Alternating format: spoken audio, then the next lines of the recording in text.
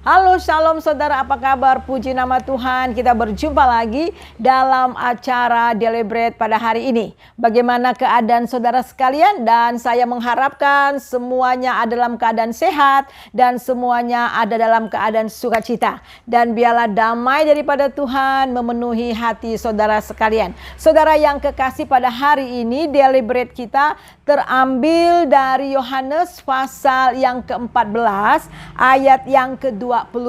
Nah, demikian bunyinya. Damai sejahtera ku tinggalkan bagimu, damai sejahtera-Ku kuberikan kepada kamu, dan apa yang kuberikan tidak seperti yang diberikan oleh dunia kepadamu. Jangan gelisah dan gentar hatimu. Saudaraku yang kekasih, ayat ini diberikan oleh Tuhan Yesus kepada murid-muridnya dan juga kepada orang-orang yang ada hadir pada saat itu yang mereka percaya kepada Tuhan Yesus.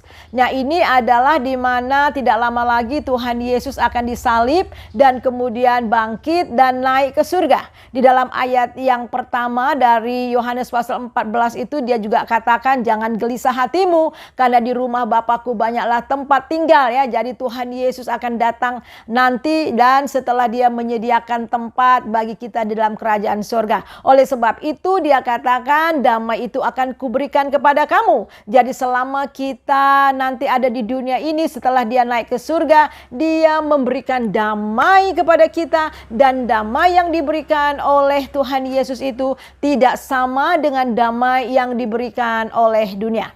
Nah saudara, ada lagu yang sangat luar biasa yang saya sangat diberkati lewat lagu ini yang dinyanyikan oleh Maya Romantir ya, atau oleh penyanyi-penyanyi rohani ya pada beberapa waktu yang lalu, dan saya ingin juga menyanyikan lagu ini ya, dan biarlah lewat lagu ini juga ya saudara simak dan boleh memberkati saudara.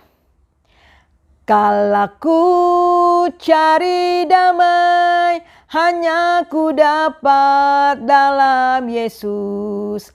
Kala ku cari ketenangan, hanya ku temui di dalam Yesus. Tak satu pun dapat menghiburku, tak seorang pun dapat menolongku. Hanya Yesus jawaban hidupku. Bersama Dia hatiku damai, walau dalam lembah kekelaman. Bersama Dia hatiku tenang, walau hidup penuh tantangan. Tak seorang pun dapat menghiburku, tak seorang pun dapat menolongku. Hanya Yesus jawaban hidupku. Hanya Yesus jawaban hidupku. Saudaraku yang kekasih, ini lagu sangat memberkati saya sekali ya. Dan apakah di antara saudara saat ini sedang mencari damai? Saudara sedang mencari ketenangan, dan saudara sedang mencari-cari apa arti kehidupan ini. Nah saudara, dalam lagu ini mengatakan bahwa ketika kita mencari damai itu tidak dapat kita temui dimanapun ya. Dan tidak seorang pun yang dapat menolong saudara untuk memberikan damai yang sejati itu. Karena damai yang sejati itu hanya datang dari Tuhan. Dan itu adalah Tuhan di dalam Tuhan Yesus Kristus. Karena apa saudara? Karena Alkitab mengatakan bahwa Dialah Raja Damai itu. Dan Dia memang datang ke dunia ini ya. Dia datang ke dunia ini untuk memberikan damai kepada kita. Bahkan saudara, untuk kita pulih kembali hubungan kita dengan Tuhan. Nah saudara, Alkitab mengatakan telah memberikan janjinya ya, 700 tahun sebelum Tuhan Yesus datang ke dunia ini, Dia telah memberi janjinya bahwa suatu ketika ada seorang anak ya akan datang ke dunia ini, dan anak itu adalah Yesus sendiri ya. Dia lahir seperti bayi ya di kandang ya, dan kita lihat seorang anak akan diberikan kepada kita. Kita lihat dalam Yesaya pasal yang ke-9 ayat yang ke-5, demikian bunyinya. Sebab seorang anak telah lahir untuk kita, seorang putra telah diberikan untuk kita, lambang pemerintahannya ada di bahunya, dan namanya disebut orang penasehat ajaib, Allah yang perkasa, Bapa yang kekal, Raja damai. Jadi saudara, sebelum Tuhan Yesus turun ke dunia menjadi manusia ya, di mana firman menjadi anak manusia itu ya, dan ini sudah dinubuatkan 700 tahun sebelum dia datang ke dunia ini. Dan di sini dikatakan bahwa sebab seorang anak telah lahir untuk kita, seorang putra telah diberikan untuk kita, lambang pemerintahnya ada di bahunya, dan namanya disebut orang penasehat ajaib. Penasehat ajaib itu konselor ya, seorang yang mau mendengar keluhan-keluhan kita ketika kita mengalami masalah besar ya, kita akan mendapat jawaban lewat penasehat ajaib kita. Dan dia bukan hanya disebut penasehat ajaib, tetapi Yesus itu, anak itu juga disebut Allah yang perkasa.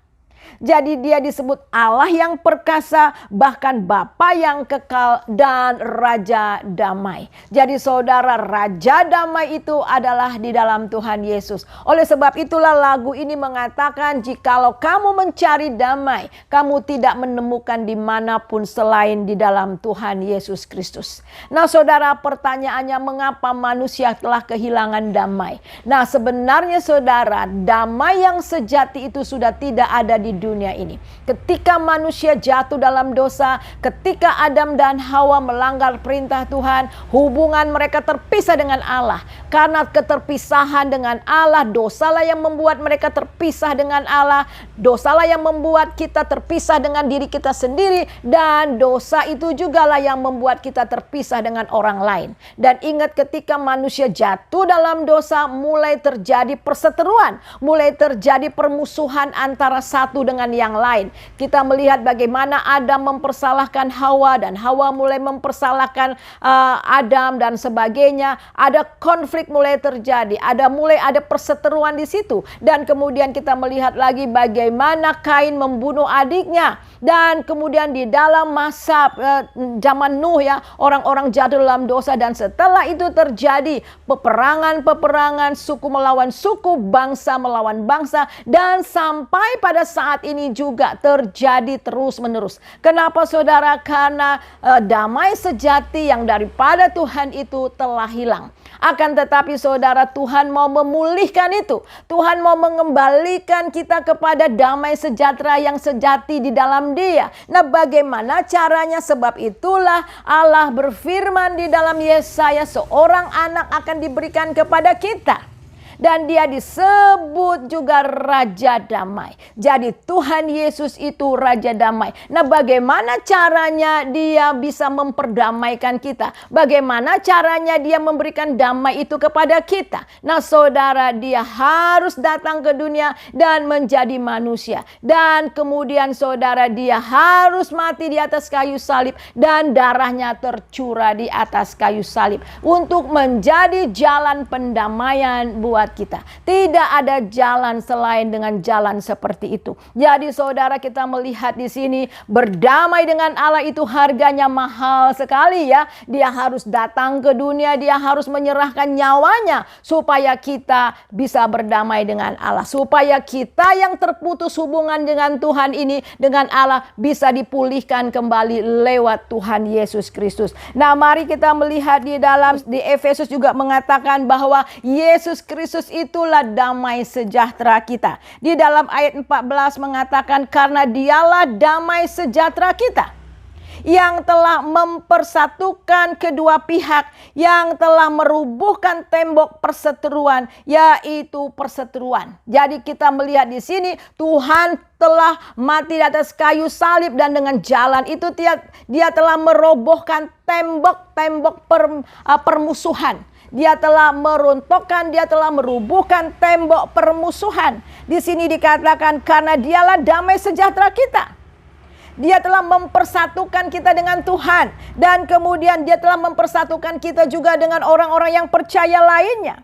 Di dalam ayat 15 di sini dikatakan, sebab dengan matinya sebagai manusia ia telah membatalkan hukum Taurat dengan segala perintah dan ketentuannya untuk menciptakan keduanya menjadi satu manusia baru di dalam dirinya, dan dengan itu ia mengadakan damai sejahtera. Jadi saudara, kita melihat di sini dengan jalan matinya di atas kayu salib, dia telah membatalkan. Membatalkan ini artinya dia telah menghancurkan segala kutuk-kutuk dosa oleh karena ketidakpercayaan terhadap hukum Taurat. Nah, dia menggenapinya sehingga apa? Dengan cara demikian saudara, dan oleh darahnya kita ditebus, dan oleh darahnya itu juga kita diperdamaikan dengan Allah. Wah, luar biasa saudara. Jadi saudara dan saya telah diperdamaikan dengan Allah. Ada 5 pendamaian yang kita terima di dalam Tuhan Yesus Kristus. Mari kita melihat lihat di dalam Roma.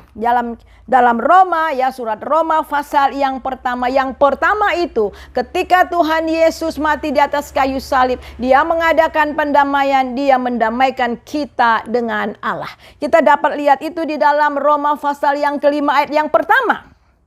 Sebab itu kita yang telah dibenarkan karena iman, kita hidup dalam damai sejahtera dengan Allah oleh karena Tuhan kita Yesus Kristus. Wah, luar biasa saudara. Kita yang punya iman kepada Tuhan Yesus, kita yang sudah dibenarkan oleh Tuhan Yesus, kita hidup dalam damai sejahtera dengan Allah. Coba saudara bayangkan, hidup dalam damai. Hidup dalam damai sejahtera dengan Allah. Itu artinya betul-betul tidak ada lagi saudara Allah yang jauh di sana yang tak terjangkau. Berarti kita memiliki hubungan yang dekat dengan Tuhan. Kita memiliki hubungan yang damai sejahtera dengan Allah saudara.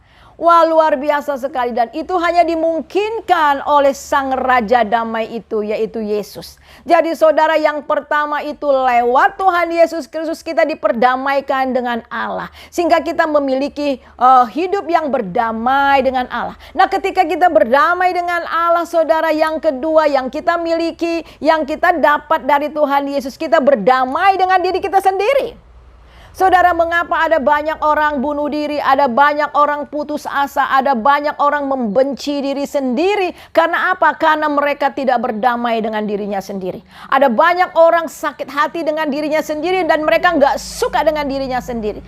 Nah saudara, oleh karena apa? Oleh karena mereka belum dapat menerima dirinya sendiri. Nah saudara, kita melihat di sini ketika saudara berdamai dengan Allah, maka kita juga berdamai dengan diri kita sendiri. Dan yang ketiga yang Tuhan berikan kepada kita lewat pendamaian ini, kita didamaikan dengan orang lain, ya. Kita berdamai dengan musuh-musuh kita.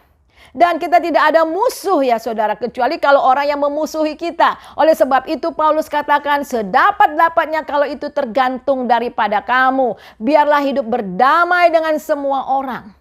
Omong kosong kalau kita katakan kita sudah berdamai dengan Allah, kita sudah berdamai dengan diri kita sendiri, tapi kita tidak ada damai dengan orang-orang di sekitar kita. Kita banyak musuh kiri kanan, kita ada musuh. Saudara, kita lihat di sini ketika kita berdamai dengan Allah, ketika kita sudah berdamai juga dengan diri kita sendiri, maka kita juga akan berdamai dengan orang-orang yang ada di sekitar kita.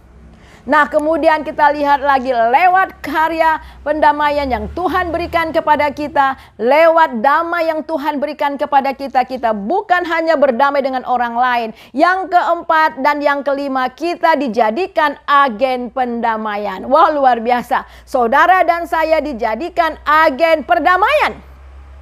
Itu artinya saudara dipakai oleh Tuhan untuk membawa damai. Membawa damai dimanapun saudara berada. Di tengah-tengah tempat yang rusuh, di tengah-tengah tempat yang tidak ada damai, ada anak Tuhan datang di sana, maka hadirat Tuhan akan ada di sana, maka ada damai ada di sana. Ketika ada dua orang sedang bertentangan, ada orang yang sedang berkelahi, atau dua orang yang sedang bermusuhan, tetapi ada datang saudara di tengah-tengah mereka, maka mereka akan didamaikan. Wah, luar biasa. Jadi yang keempat itu adalah saudara menjadi agen perdamaian dengan mendamaikan orang lain dengan orang lain. Dalam pelayanan saya banyak sekali saya menyaksikan ada orang yang betul-betul dua orang ya, kakak adik yang berantem, yang bermusuhan, kemudian suami istri yang sudah mau cerai, dan ada banyak sekali pertikaian. Ketika mereka dibawa kepada Tuhan Yesus ya, hubungan mereka dipulihkan kembali. Jadi saudara, dialah Raja damai kita. Dan yang kelima yang Tuhan berikan kepada kita itu adalah kita menjadi agen perdamaian, di mana Tuhan mempercayakan kepada kita pelayan pendamaian, yang artinya adalah lewat saudara, lewat berita Injil yang saudara beritakan, itu artinya saudara membawa orang lain berdamai dengan Tuhan, dan kita menjadi agen perdamaian karena kita sudah diberikan kepercayaan untuk melayani Tuhan. Nah, kita lihat itu di dalam 2 Korintus yang kelima, kita baca ayat yang ke-18, demikian bunyinya. Dan semua ini dari Allah yang dengan perantaraan Kristus telah mendamaikan kita dengan dirinya, dan yang telah mempercayakan pelayanan pendamaian itu kepada kita. Nah, saudara perhatikan di sini bahwa semuanya itu dari Allah yang dengan perantaraan Kristus, dengan perantaraan Tuhan Yesus telah memperdamaikan kita dengan dirinya. Ini luar biasa saudara. Dan kemudian yang telah mempercayakan pelayanan pendamaian itu kepada kita. Dan sekarang saudara, kita diberi tanggung jawab untuk melayani perdamaian itu. Dengan cara bagaimana? Ayat yang ke-19 di sini dikatakan, sebab Allah mendamaikan dunia dengan dirinya oleh Kristus. Dengan tidak memperhitungkan pelanggaran mereka, ia telah mempercayakan berita pendamaian itu kepada kami. Dengan cara bagaimana kita memberitakan pelayanan pendamaian itu? Kita memberitakan Sang Raja Damai itu.